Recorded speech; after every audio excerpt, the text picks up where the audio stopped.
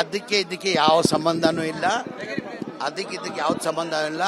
ಬೆಳಗಾಮಲ್ಲಿ assembly ಇದ್ದಿದ್ದ ಕಾರಣಕ್ಕೆ ಎಲ್ಲರೂ ಈಗ ನೋಡಿ, ಅಶೋಕ್ ಪಟ್ಟಣ್ ಅವರು ಊಟ ಕೊಟ್ಟಿದ್ರು, ಬೈರತಿ ಸುರೇಶ್ ಅವರೇನೋ ಇವತ್ತು ಕೊಡ್ತಾವ್ರೆ. ಹಾಗಾಗಿ ಎಲ್ಲರೂ ಅವ್ರವ್ರು ಬ್ರೇಕ್ಫಾಸ್ಟ್ ಊಟ ಕೊಟ್ಟೆ ಕೊಡ್ತಾರೆ ಇಲ್ಲಿ. ಹೇಳಿ ಬಾಸು, ಯಾವಾಗ ನೆನ್ನೆ DCM ನನಗೂ ಹೇಳಿದ್ರು ಬರೋಕ್ಕೆ. ನಾನು, ರಾಜು ಸೇಠ್ ಅವರು, ಆಮೇಲೆ ಶಿವಗಂಗಾ ಅವರು, ವೈದ್ಯ ಅವರು, ನಾವು ಒಂದ್ ಕಡೆ ಊಟಕ್ಕೆ ಸೇರ್ಕೊಂಡಿದ್ವಿ. ಹಾಗಾಗಿ ಅಲ್ಲಿ ಊಟಕ್ಕೆ ಹೋಗೋಕ್ಕಾಗ್ತದೆ.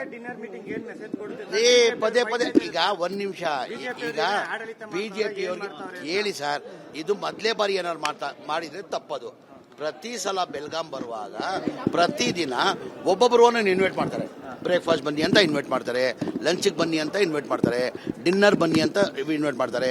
ರಾತ್ರಿ DCM ಅವರು ರಾತ್ರಿ ಡಿನ್ನರ್ ಬನ್ನಿ ಅಂತ ನನಗೆ ಇನ್ವೈಟ್ ಮಾಡಿದ್ರು. ಹಾಗಾಗಿ ನಾವು, ರಾಜು ಸೇಠ್ ಅವರು, ಶಿವಗಂಗಾ ಅವರು, ವೈದ್ಯ ಅವರು, ಕಂಪ್ಲಿ ಗಣೇಶ್ ಅವರು, ನಾಗೇಂದ್ರ ಅವರು, ನಾವೊಂದ್ ಕಡೆ ಊಟಕ್ಕೆ ಎಲ್ಲೋ ಒಂದು ಸ್ನೇಹಿತರ ಮನೆಗೆ ಸೇರ್ಕೊಂಡಿದ್ದೀವಿ. ಯಾವ ಚರ್ಚೆನೂ ಇಲ್ಲ ಬಾಸು, ಏನೇನು ಚರ್ಚೆ ಇಲ್ಲ. ಆ ಚರ್ಚೆ ಮಾಡ್ಬೇಕಾಗಿರೋದು ಯಾರು? ಹೈಕಮಾಂಡ್ ಚರ್ಚೆ ಮಾಡ್ಬೇಕಾಗಿರೋದು. ಅವ್ರ ಈಗ ಅವ್ರ ತಂದೆಯವರು ಮುಖ್ಯಮಂತ್ರಿ ಆಗಿದ್ದಾರೆ. ಅದರ ಎರಡನೇ ಮಾತು ಇಲ್ವೇ ಇಲ್ಲ.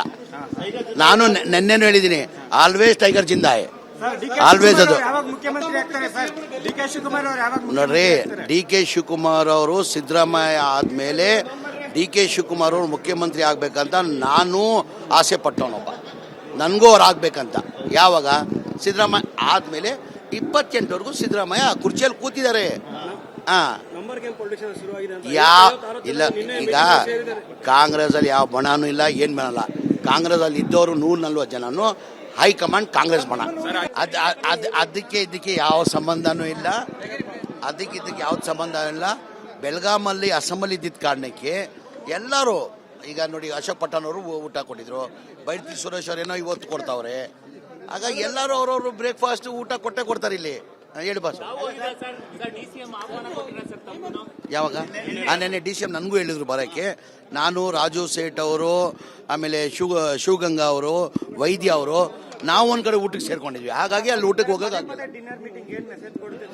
ಪದೇ ಈಗ ಒಂದ್ ನಿಮಿಷ, ಈಗ BJP ಅವ್ರಿಗೆ ಹೇಳಿ ಸರ್, ಇದು ಮೊದಲೇ ಬಾರಿ ಏನಾದ್ರು ಮಾಡಿದ್ರೆ ತಪ್ಪದು. ಪ್ರತಿ ಸಲ ಬೆಲ್ಗಾಂ ಬರುವಾಗ ಪ್ರತಿದಿನ ಒಬ್ಬೊಬ್ಬರು ಇನ್ವೈಟ್ ಮಾಡ್ತಾರೆ.